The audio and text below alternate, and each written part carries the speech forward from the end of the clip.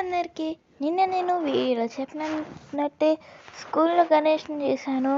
So మీరందరూ feel అవుతారని చెప్పి నా దగ్గర ఇంకొద్ది క్లే మిగిలి ఉంటే దాంతో ఇక్కడ నేను గణేష్ని చేస్తున్నాను. స్కూల్లో అయితే చాలా బాగా వచ్చింది, ఇక్కడ కూడా అలానే వస్తుందని నేను అనుకుంటున్నాను.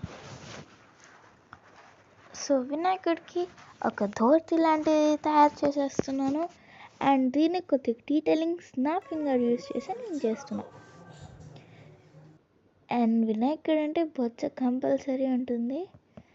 కొద్దిగా వినాయకుడు తగ్గట్టుగా ఎక్కువ బొజ్జ పెట్టాలి, అప్పుడే కదా మన వినాయకుడు క్యూట్గా ఉండేది. సో దీన్ని ఇక్కడ కొద్దిగా ఫైన్ టచ్ చేసి ఇచ్చేస్తున్నాను. కొద్దిగా షేప్ని నేను మార్చాలి, అప్పుడే అది బాగుంటుంది కదా. సో ఆ షేప్ని నేను కొద్దిగా మార్చేస్తాను, ఎందుకంటే కొద్దిగా అన్ఈవెన్ వచ్చింది. తర్వాత చెస్ట్ పెట్టేశాను, ఫేస్ పెట్టేసి హ్యాండ్స్ చేస్తున్నా, 2 హ్యాండ్ కూడా పెట్టేస్తున్నాను. అండ్ దర్ వి గో, మన చేతులు అయితే రెడీ అయిపోయినాయి. అండ్ కిరీటం మట్టితో చేయడం అంటే అంత ఈజీ కాదు, చాలా ఎఫర్ట్స్ పెట్టాలి. నేను అలానే ఎఫర్ట్స్ పెట్టి చేయడానికి చేశాను, ఎందుకంటే ఇది కొద్దిగా నాకు ఈజీగా అనిపించింది. ఎందుకంటే నేను ఆల్రెడీ స్కూల్లో చేశాను, సో కొద్దిగా ఎక్స్పీరియన్స్ ఉంది. స్కూల్ అయితే దీనికంటే బాగుంది అనుకోండి, బట్ ఏదైనా గణేశుడే కదా, చెప్పండి. సో ఇప్పుడు నేను గణేశుడు కాబట్టి కొద్దిగా పైన పికాక్ ఫెదర్ లాంటిది ఏదైనా చేసి పెట్టేస్తే బాగుంటుందని చెప్పి ఇలా నేను చేసి పెట్టుకున్నా. మీకు కావాలంటే మీరు పెట్టుకోండి, లేకపోతే ఇది ఆప్షనల్. నేను ఈ గణేశుడిని చూసి మీరు చెయ్యాలని చెప్పట్లేదు, మీరు అడుగుతారేమో అని చెప్పి నాకు కొద్దిగా ఇంట్రెస్ట్ ఉంది కాబట్టి నేను చేశాను.